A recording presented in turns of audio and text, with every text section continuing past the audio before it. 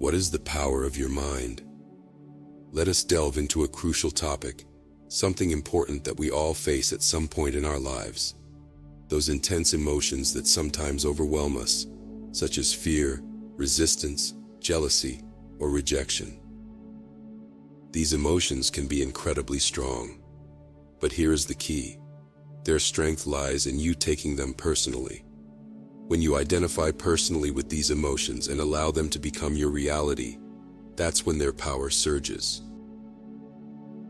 It is as though the mind excels at its task when it persuades you to take these emotions personally, convincing you that they are yours. But here is a crucial point to understand. All problems, all those overwhelming emotions, are personal only to the extent that you identify with them. Why is it so important not to take these emotions personally? The reason is simple. When you make things personal, you diminish your power as consciousness. You start to fight as if you are just one person battling overwhelming forces. You feel desperate and caught in an emotional whirlwind. When you find yourself immersed in these emotional states, your connection to the inner state of being may seem distant.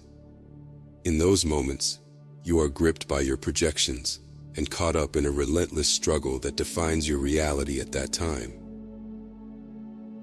However, as you persist and reaffirm your connection to your core being, these feelings gradually lose their grip, and you realize that it's not personal at all. From this perspective, the personal aspect becomes nearly transparent. At the moment when you can see that these emotions are merely visitors in your mind, everything changes. You no longer identify with them in the same way. You can observe them from a place of distance and understanding. Imagine that these emotions are like mosquitoes buzzing around you. Instead of panicking and fighting them, you simply go on with your life. This is what happens when you don't make your emotions personal. You start to see them for what they are, temporary events in your mind. With consistent practice, this perspective will become your norm. It is of utmost importance to know how to navigate them, because when these emotions arise, it presents an opportunity to truly understand your essence and break free from their grip. Imagine an emotion accompanied by a strong desire for revenge or the fear of rejection coursing through your body. Simultaneously, your mind begins to interpret these feelings, further intensifying them. It is as though your mind amplifies them, gathering evidence to support these negative emotions, and your ego revels in this evidence. You start recalling things or negative events from the past, and negativity takes power over you.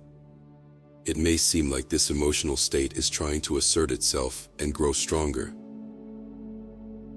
So how can we deal with these intense emotions when they arise?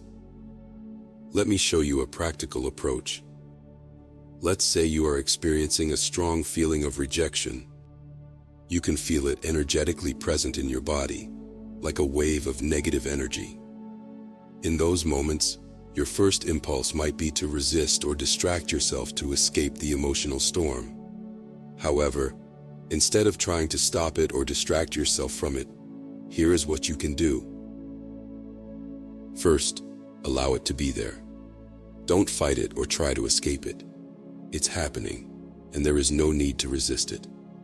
Allow these emotions to be present without resistance. By refraining from fighting them, your capacity to observe and understand them will grow. If you resist, you become entangled and lose the ability to observe objectively. Instead, let the feelings exist within you and allow them to manifest in your body. By simply letting them be, you will come to realize that you are experiencing sensations, a phenomenon visiting your body, which will eventually subside. While these emotions persist, avoid trying to forcefully suppress them, a natural instinct that only exacerbates the struggle. Instead, be patient, and in your own time, start exploring what that feeling of rejection is trying to tell you. What is its message? Often, these emotions reveal feelings of inadequacy or lack of appreciation from others. Write it down. Give voice to that message. You can even go as far as thinking of specific examples, like no one appreciating you, not even your close circle of friends or family.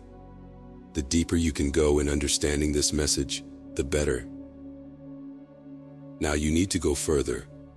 Ask yourself who is suffering because of this message. Who is really being impacted by these words? Try to identify it precisely. Can it be recognized tangibly? Allow it to unfold naturally without rushing. Despite the emotional storm within you, maintain your stance of observing. Can you pinpoint the sufferer? Sometimes, even the most intense emotions can be traced back to a suffering entity within you. It is like searching for someone in the midst of an emotional tsunami. You may feel resistance. You may find yourself saying, "I don't have time for this," or "It's too complicated." But don't give up. Ask if that suffering entity can be found. Can it be identified? Who is really feeling this? Can you name it, give it a form, an identity? And here is the magic. As you delve deep into this search, as you allow your inner intelligence to scan for the suffering entity, something incredible starts happening. The suffering entity may vanish, or its power diminishes significantly. The mind, which initially tried to strengthen those negative emotions, can't maintain its power under the scrutiny of your observation.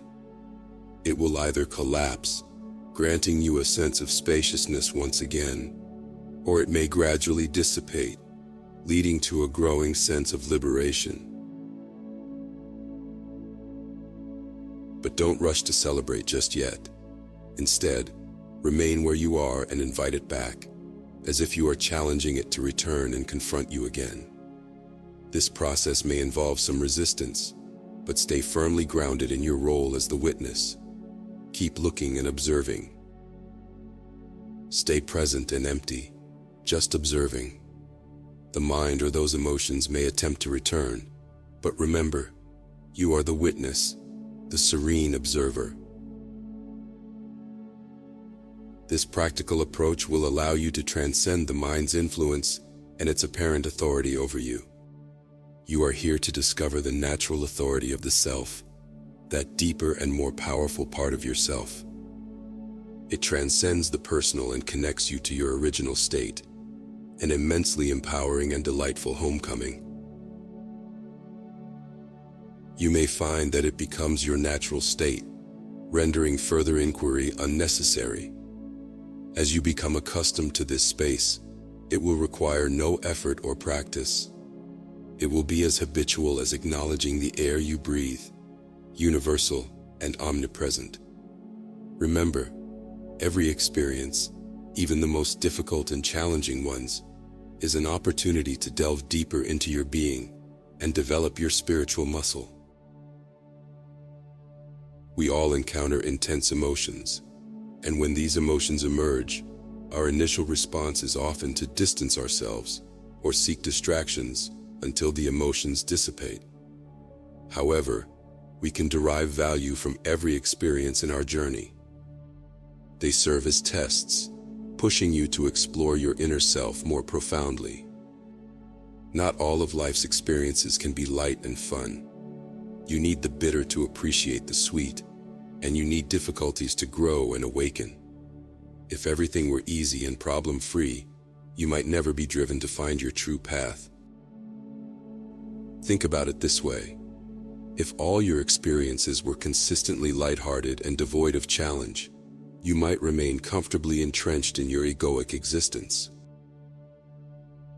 It seems that only when things begin to crumble, when dreams shatter and projections fail, you start to feel genuinely disheartened. Sometimes it's your personal self that bears the brunt of these emotions, not your deeper, truer self. During moments of intense emotional turmoil, you may find yourself compelled to seek an escape. Ironically, The way out often lies within, as you must discover that inner space. Although it may initially appear elusive, with proper guidance, it becomes more accessible. So the next time you face those powerful emotions, remember this practical approach. Don't make them personal. Allow them to be there and discover their message.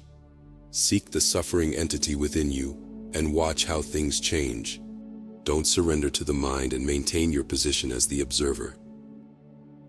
Over time, you will get used to this process, and eventually, the space of being will become your natural state.